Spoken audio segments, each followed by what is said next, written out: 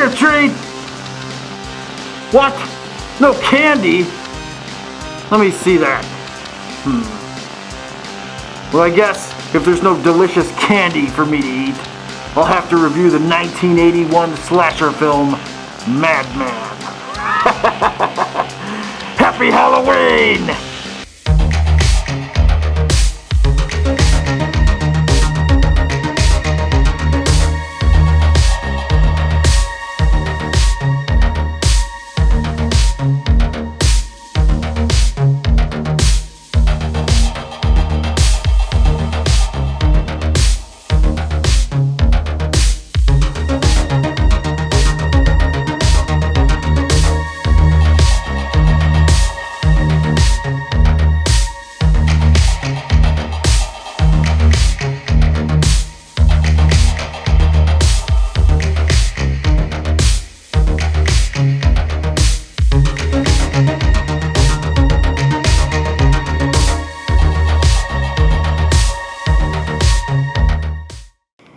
It's the final night for the season at a summer camp, and all the counselors and children have gathered around the campfire to tell ghost stories.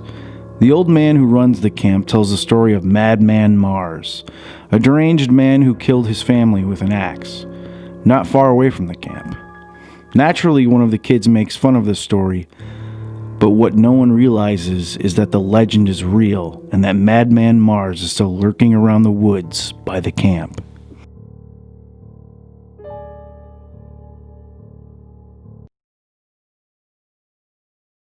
Madman has a reputation of being another Friday the 13th ripoff.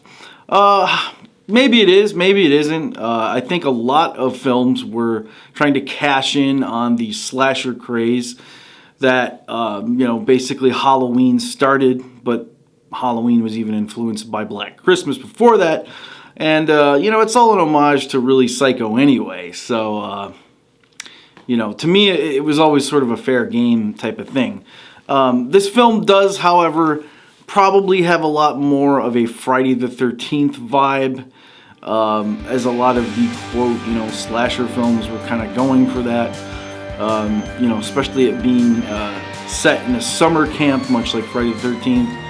And, it definitely feels like it's related to, a Friday the 13th type of film, just because it's in a camp, I guess. But, it's a little different, especially with the killer and everything.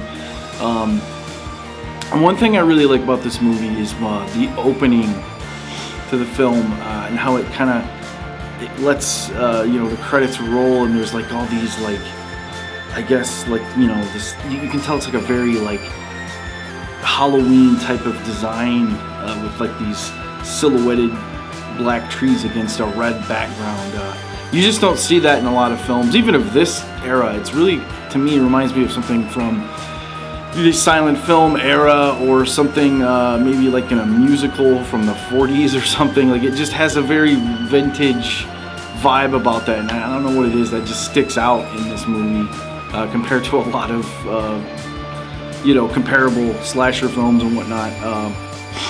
So in that way, I don't think it's pretty original in that kind of stylistic way, I suppose. And I love how the beginning of the movie starts out with a campfire story, because that's really what these slasher movies are.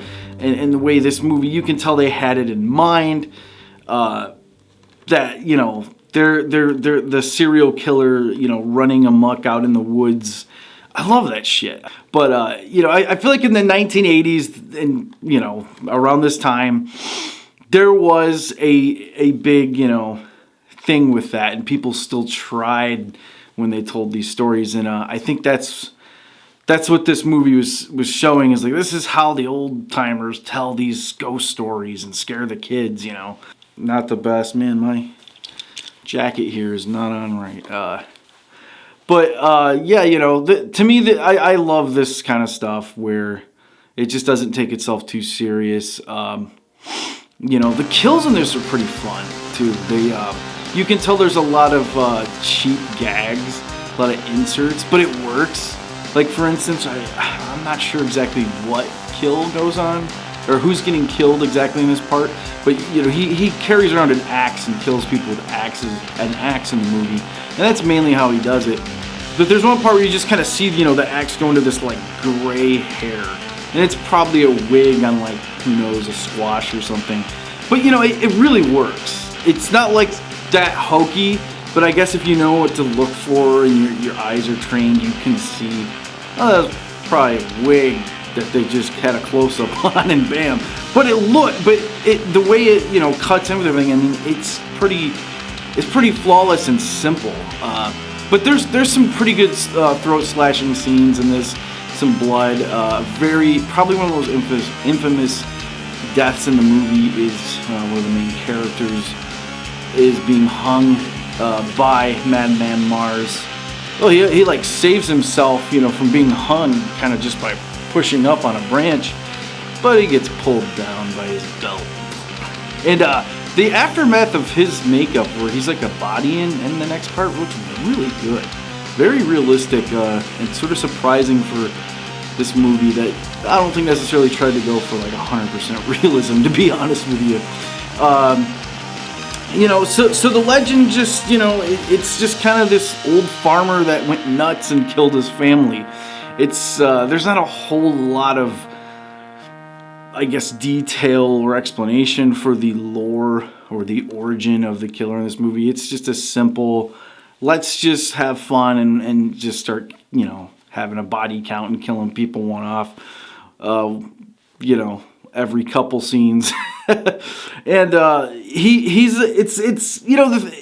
got its odd moments that are questionable, as like, how serious is this? The killer himself, I mean, they did a good job of just kind of showing him off in the distance, or just glimpses, and not just focusing on him. He's not a masked killer like a lot of slasher films. He's just kind of, I believe they tried to kill him at some point or something before, and he's like scarred, and he's just like this wild, white-haired, guy, old guy, and he looks strange, But you don't really get like that. You don't really see him to the end, and that was probably the right thing to do. It's like I said, it's a fun movie. I enjoy it. I think it's a good movie to watch during Halloween. It definitely seems like it takes place in the fall, which it's about a summer camp on its like last night of the season or whatever. And everybody looks like they're wearing fall clothes, and they're like in the woods, and there's color in the leaves on the tree, so it's like it just looks like Halloween time. I don't know what else to say. It's just a really fun movie with a lot of interesting kills.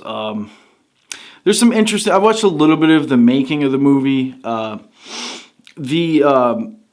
The actor who plays Madman Marz, the killer in this, was originally the poster artist, and I guess that was all he was really supposed to do, was just make the poster art, and they couldn't really find the right guy to be this killer when they had everybody else casted. And this guy was making these gnarly posters, and he was talking to the producers about how he paints Madman Marz.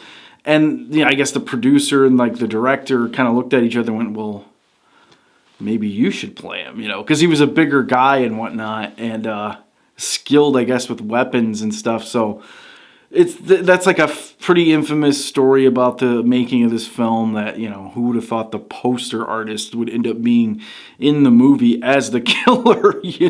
Another interesting casting choice in this film is Gaylen Ross, who like pretty much her whole career is being in George A. Romero's Dawn of the Dead. And she really hasn't done much else. I think she appeared in Creepshow, another Romero film, and she did this, and that's about it. And she's really good in all these movies. I mean, especially in Dawn of the Dead.